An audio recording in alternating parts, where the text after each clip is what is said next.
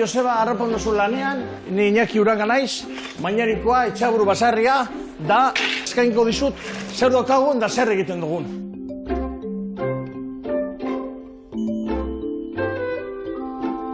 Mañariko herriak, botako Basarriko gian fama fama hori. Amas izan iten, da gero gu.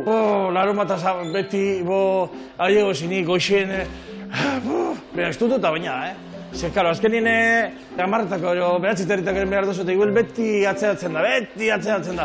Gehien saltzen direna die, Basarriko gia, hau da, pipa asko hori da, pamitxa, ero pila esaten diakona, daudeko mazpasak eta intxaurrak deko zonek.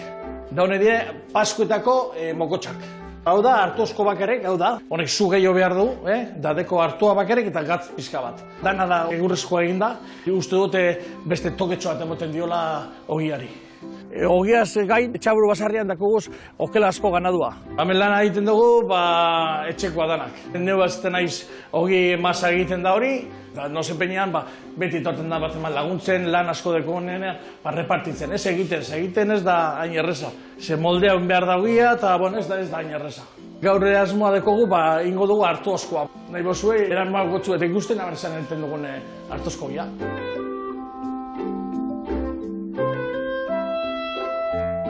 Behar dugu harturuna, gaz pizka bat, da ura. Oso erreza.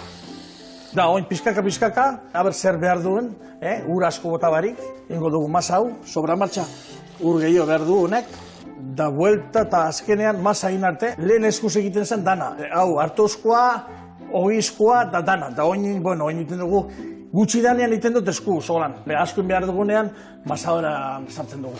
Da gero, asa epintengo dugu. Ostantzien labara pega egiten da, baina ohitura moruen da uste dutela. Uste dut ja amaituta dagoela, asa horri epinten dugu, borobildu, da gero epinten dugu, asa ganean.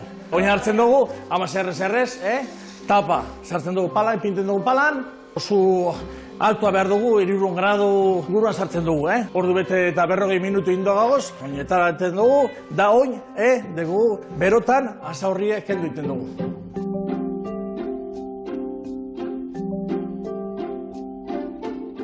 Joseba, hau da gure gaurko hartogia, espero gustatzea, hemen etxako zaitut Uranga Basarri ogian, da agur, urrungo arte.